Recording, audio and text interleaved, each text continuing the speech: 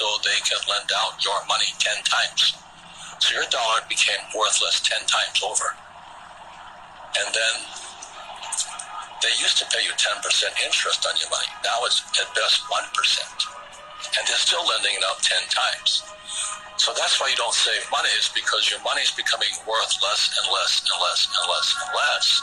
The banks are getting richer and richer and richer. Then they tax you on that interest they pay you. That 1% interest, if they pay you that much. Japan is zero. And the Japanese are so stupid, they still save money. That's what I'm questioning. So how come that happens? Now, if I borrow money, guess what? Do I pay taxes on debt? I lend out money. That's how money is created. Money is debt. So that's they hypnotize people into being employees who will work hard, pay taxes, save money, get out of debt, and invest in the stock market. Until you question those sayings, those words, you'll be a poor person. So when they lend out, why is debt tax-free? Because that's how money is created. And so the banks love it. They love people borrow lots of money. So how do I get rich? I borrow money. And I buy assets with it. The poor person borrows money and buys liabilities like purses, cars, houses, and they get poorer and poorer and poorer. But I use debt. I borrowed $300 million after the crash, dollars. In 2000, by 2010, I borrowed $300 million to buy real estate that made me rich. And the interest rates kept coming down, so that my cost of money kept coming down. And so everybody else is saying, oh, you should get out of debt. You know why? Because they don't question the hypnosis they're under. You've been hypnotized to work hard for money, to save it.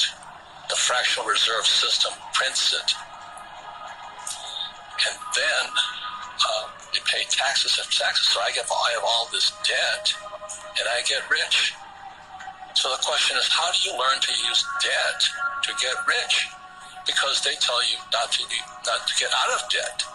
So all I'm saying to you is, if a person does not question what they've been taught, they will always be poor. They've been hypnotized into being poor. Then you put it in the stock market, in pensions, right? So let's say I put $100 in a pension plan. When do I get that money back? This is why I think, this is why I work, this is why I teach. You have to question what they're teaching you. So I put my money in a pension. I might not ever get it back, because they could lose it.